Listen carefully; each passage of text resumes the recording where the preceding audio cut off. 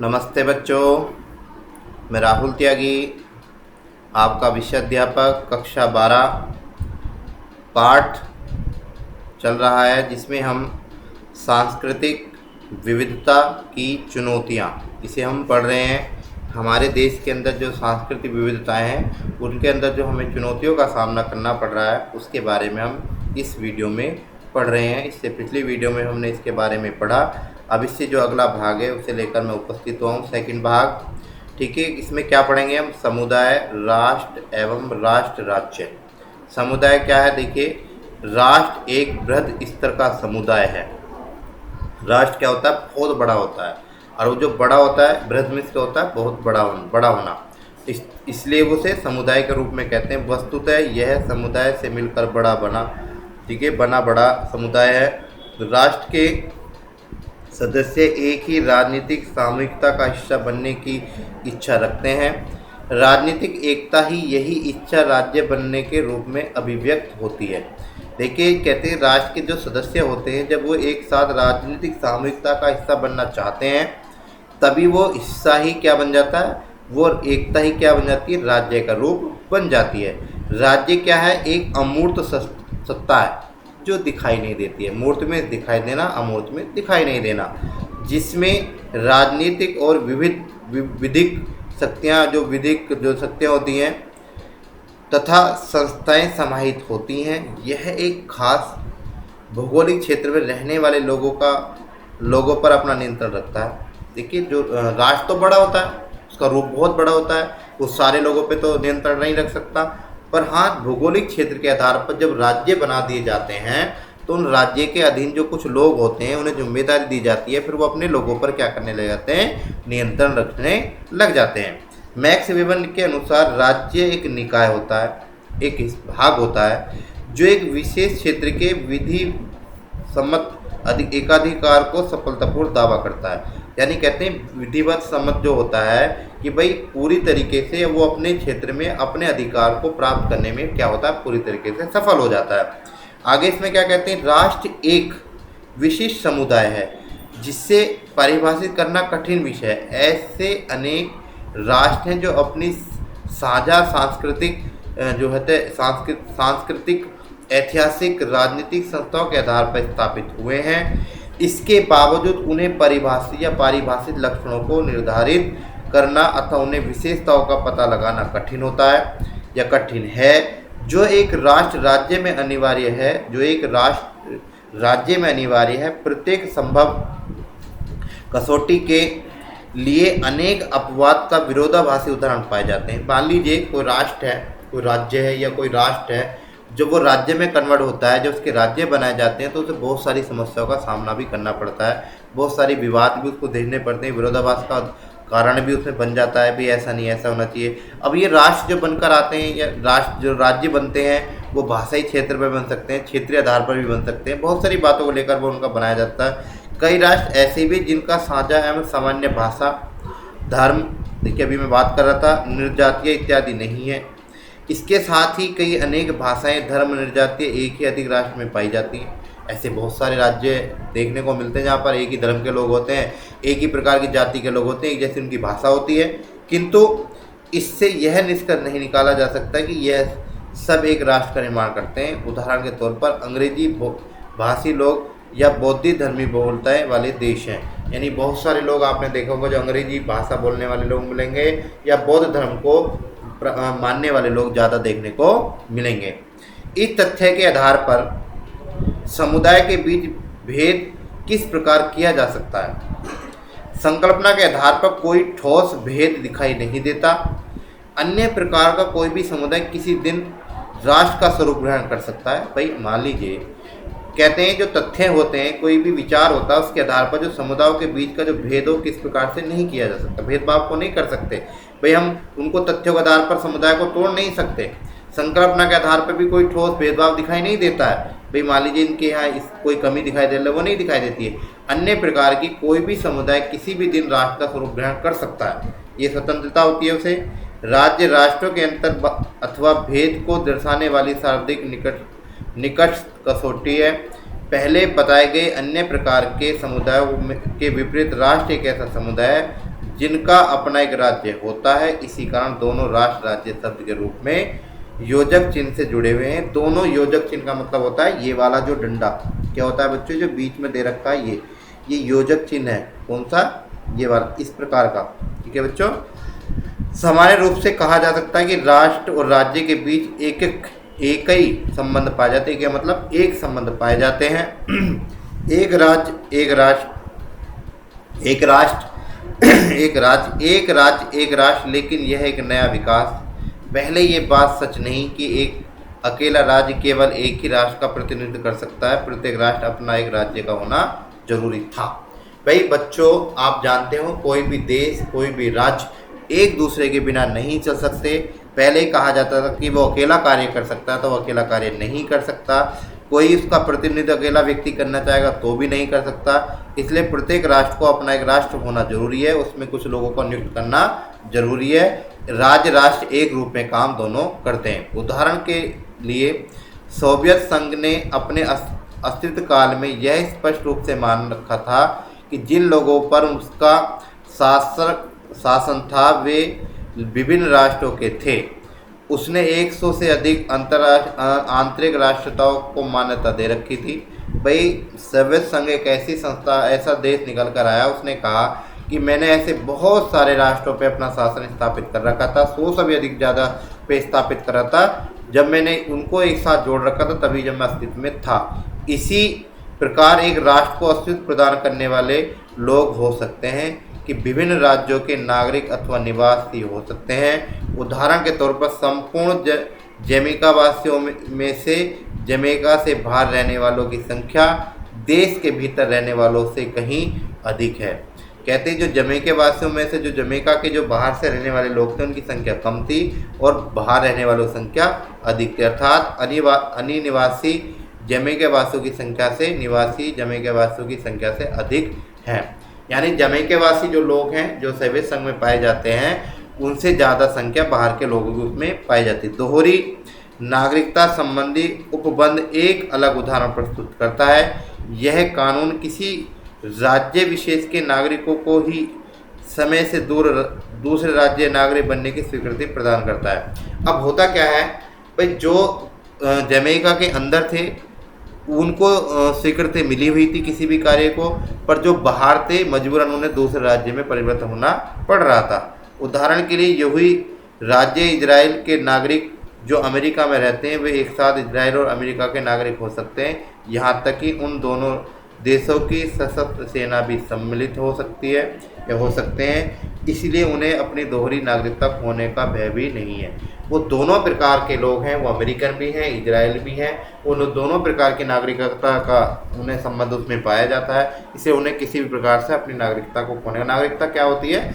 देश में रहने का जो अधिकार उन्हें मिलता है कि हम इस देश के नागरिक हैं, हम इस देश में रह सकते हैं। इस प्रकार की जो उन्हें नागरिकता मिली हुई है वो उनकी नहीं खो सकती है। ठीक है बच्चों, इस प्रकार से इस बारे में जो कहा है पूरी तरीके से कि सामुदायिक पहचान डर से राज्य द्वारा संस्कृति विविधता को मिटाने का प्रयास, ये सारी बातें जो इसमें दी जा रही हैं इसे आप अपने विस्तार पूर्वक आप अपने हिसाब से इन्हें पढ़ लेंगे। अगले पेज पर चलते हैं। कहते हैं बच्चों इसमें कि वस्तुतः किसी राष्ट्र को परिभाषित करना कठिन है और इस संदर्भ में ये कहा जा सकता है कि राष्ट्र एक ऐसा समुदाय है जो अपने राज्य प्राप्त करने में सफल हुआ है। इसके विपरीत भावी तथा आकांक्षी राष्ट्रीयता, आकांक्षा मतलब तो बहुत सारी उम्मीदें जो होती हैं, राष्ट्रीयता अपना राज्य बनाने में अत्यंत प्रयत्नशील है। जैसे वर्तमान राज्य का दावा करते हुए वह एक राष्ट्र का प्रतिनिधित्व करते हैं। क्योंकि बहुत सारे ऐसे राष्ट्र हैं, ऐसे बहुत सारे देश हैं जो ये बात करते हैं कि वो अपने राज्य को बनाने में वह तैयार हैं, प्रतिनिधित्व करने में तैयार हैं। आधुनिक युग का एक विशिष्ट लक्षण राजनीतिक वैधानिकता के साथ लोकतंत्र तथा राष्ट्रवाद की स्थापना है। इसका तात्पर्य है कि एक राज्य के लिए राष्ट्र एक सर्वाधिक स्वीकृत अथवा औचित्यपूर्ण आवश्यकता है तथा व्यक्ति राष्ट्र की वैधानिकता पर परम स्रोत है। दूसरे शब्दों में राष्ट्र की राज्य की उतनी ही जरूरत होती है जितनी राष्ट्र को राज्य की होती है।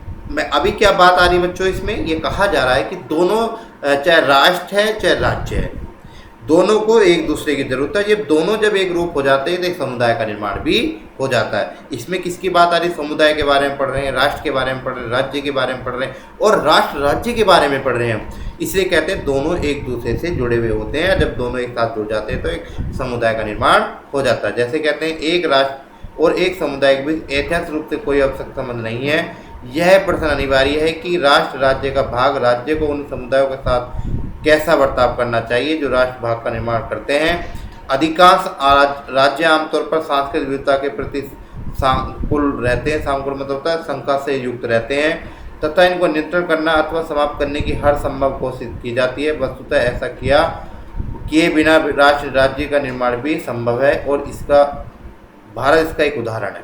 क्या कहा जाता है बच्चों कि भाई सांस्कृतिक विविधताओं के कारण एक दूसरे को जोड़ना आसान नहीं है, इसलिए इसमें कहते हैं दोनों का निर्माण करना आसान नहीं है। भारत एक इसके उदाहरण के रूप में निकल कर आता है। कहते हैं बॉक्स 6.2 में आत्मसत्तीकरण तथा एकीकरण नीति का उल्लेख किया जा गया है। आत्मसत्तीकरण जो है क्या बढ़ावा देने के लिए बनाई गई नीतियों का उद्देश्य समान सांस्कृतिक मूल्य और मानदंडों के लिए नागरिकों की राजी करना है। भाई किसी भी चीज़ को मनवाने के आत्मसत्तीकरण कराने के लिए किसी चीज़ का उस पे चीज़ को कहते हैं अगर हम करें कि भाई मान लीजिए कोई चीज़ है, मान लीजिए राज्य है या राष्ट्र है या कोई वस्तु है, उस चीज़ को हम किसी को देना चाहते हैं, उसको या अपनाना चाहते हैं या किसी से कहते हैं कि इसे अपना लीजिए, उसको बढ़ावा देने के लिए है ना बहुत सारी नीतियों का कार्य करना होता है तथा मानक प्राय प्रभावशाली समूह से संबंध होते हैं। कोई भी मूल्य या कोई भी नियम या कोई कानून होता है सामने वाले को लाभकारी होना चाहिए, उससे संबंध उसका होना चाहिए। कम प्रभावशाली समूह तथा अधीनस्थ समूह में अपेक्षा की जाती है कि वे अपनी सांस्कृतिक मूल्यों को त्याग दें और निर्धारित नवीन मूल्यों को अपनाने का प्रयास करें। जो भी कुछ नया नियमों से अपनाएं, पुराने नियमों को छोड़ दें। ठीक है बच्चों, एकीकरण को बढ़ावा देने वाली नीति या शैली की दृष्टि से तो पृथक होती हैं, इसका शीर्ष उद्देश्य अलग नहीं होता। यह इस बात पर बल देता है कि सार्वजनिक संस्कृति को सामान्य राष्ट्रीय स्वरूप तक सीमित रखा जाए। इस मामले में प्रभावशाली समूह की जो संस्कृति है या राष्ट्रीय संस्कृति को मानने जाने का खतरा रहता है। वे कहते हैं जो भारत या किसी भी देश की जो संस्कृति है, जब उसको किसी भी समूह के माध्यम से नहीं माना जाता है या प्रभावशाली नहीं माना जाता है, तो जो हमारी संस्कृति या किसी की भी संस्कृति होती है उसे खतरा पैदा हो जाता है। अब तक यह समस्या को हम समझ चुके हैं कि समुदाय के किसी विशिष्ट रूप या राज्य के आधुनिक रूप के बीच कोई संबंध होना आवश्यक नहीं है। सामुदायिक पहचान के आधार में से कोई एक आधार राष्ट्र को स्वरूप प्रदान कर सकता है। कहते हैं लास्ट में एक बात निकल कर आती है कि भाई कोई भी सामुदायिक जो पहचान होती है, किसी भी व्यक्ति की पहचान हो सकती है, किसी भी राष्ट्र की पहचान हो सकती है, वो एक ऐसे नए राष्ट्र का रूप प्रदान कर सकती है अगर उसकी कोई पहचान है तो, अथवा नहीं भी कर सकता। राज्य सभी प्रकार की सामुदायिक पहचानों को अपनाकर प्रतिद्वंदी मानकर चलता है। राज्य राष्ट्रीय पहचान का पक्ष लेता है क्योंकि उसका नियंत्रण तथा प्रबंध कर सकता है। भाई राज्य जो होता है वो राष्ट्र के अधीन पर चलता है। सांस्कृतिक विविधता दमन कभी कभी क्रियात्मक भी होता है क्योंकि इसका अल्पसंख्यक तथा अधीनस्थ समुदाय अलगाव महसूस करता है, जिनकी संस्कृति गैर राष्ट्रीय मान ली जाए, या भाई मान लीजिए बहुत सारे देश ऐसे हैं जिनकी संस्कृति सही नहीं है, वो नियम कानून के तहत नहीं है, तो वो गैर मान ली जाती है। सांस्कृतिक विविधता को प्रोत्साहित करना अथवा कम से कम उसे बनाए रखना व्यवहारिक तथा सैद्धांतिक मिश्रित दोनों ही दृष्टि से श्रेष्ठ है। यानी भाई किसी भी चीज़ को बनाए रखने के लिए या संस्कृति को बनाए रखने के लिए या उसे बढ़ावा देने के लिए या सांस्कृतिक विविधताओं को और प्रोत्साहित करने के लिए कम से कम उसमें व्यवहारिक होना चाहिए, उसके सिद्धांत जो है वो सही होने चाहिए, श्रेष्ठ होने चाहिए। इसी दृष्टि से वो कार्य हो सकता है। इस प्रकार से बच्चों ये सारी बातें जो इसमें कही जा रही हैं समुदाय के बारे में, राष्ट्र के बारे में, वो पूरी तरीके से इसमें आप समझ लेंगे। मैंने अभी आपको क्या बताया था, जो पीछे ये पेज में जो 6 पॉइंट जो क्रियाकलाप है उसके बारे में भी चलो मैं आपको बता देता हूँ। क्या कहा जा रहा है, प्रत्येक राष्ट्र में पाई जाने वाली ऐसी विशिष्टताएं नहीं है जो समान हो। उन संभावित विशिष्टताओं की सूची तैयार कीजिए। ये आपको करना होगा, एक राष्ट्र को परिभाषित कर सकता है। ये बच्चों आपको करना है कार्य। कहते हैं ऐसे प्रत्येक कसौटी के लिए ऐसे राष्ट्र उदाहरण सामने रखें जो उस पर खरे उतरते हों। और साथ ही उन राष्ट्रों की सूची बनाए जो मानदंडों को लोकप्रिय करते हैं। ये सारा जो कार्य है ये आपको करना होगा। ठीक है बच्चों, इसमें सारी बातें इसमें आपको रखनी है। सामुदायिक पहचान से डर से राज्य द्वारा संस्कृति विविधताओं को मिटाने का प्रयास। चलो इसे समझते हैं हम। राज्यों ने राष्ट्र निर्माण की रणनीतियों के माध्यम से अपनी राजनीतिक वैधता की स्थापना तथा उसके विस्तार का प्रयास किया, उसे बढ़ाने का कार्य किया। लंबे समय तक आत्मसत्तीकरण तथा एकीकरण की नीति को प्रभावी बनाते हुए नागरिकों जो नागरिक है उनके अंदर देशभक्ति, देश के प्रति निष्ठा, समर्पण भाव को प्रोत्साहित करने का प्रयास किया। आत्मसत्तीकरण को अगर मैं बात करें, इन्हीं उद्देश्यों की प्राप्त करना सांस्कृतिक विविधता के कारण संभव नहीं था। भाई इसके बिना नहीं हो सकता था सांस्कृतिक विविधता के कारण, क्योंकि नागरिकों द्वारा देश वत्सलता तथा देश प्रेम के साथ निर्जातीय, धार्मिक, भाषीय अगर हम बात करें सामुदायिक प्रवृत्तियाँ हावी रही हैं। ये बहुत सारी ऐसी प्रवृत्तियाँ हैं जो हावी रही हैं। व्यक्ति इन प्रवृत्तियों के साथ गहरा तारतम्य बैठता है। तारतम्य का मतलब होता है उसका गहरा संबंध उससे जोड़ा जाता है। अधिकांश राज्य यह डर था कि इस अंतर को मान्यता प्राप्त करने के दुष्परिणाम सामाजिक विखंडन के रूप में सामने आ सकते हैं और सामाजिक समरसता के निर्माण में बाधा उत्पन्न कर सकते हैं। यानी किसी भी राष्ट्र को, किसी भी देश को और अच्छा बनाने में वो बाधा उत्पन्न कर सकते हैं। सामुदायिक पहचान की राजनीति राज्य की एकता के लिए खतरा उत्पन्न करने की प्रक्रिया बन सकती है, जिसे भलीभांति वो समझते थे। ठीक है बच्चों, ये सामुदायिक पहचान बनाने में जो उन्हें डर था उसके बारे में बात कर रहे हैं कि वह सांस्कृतिक विविधताओं से अपना मिटाने में काम कर सकती हैं।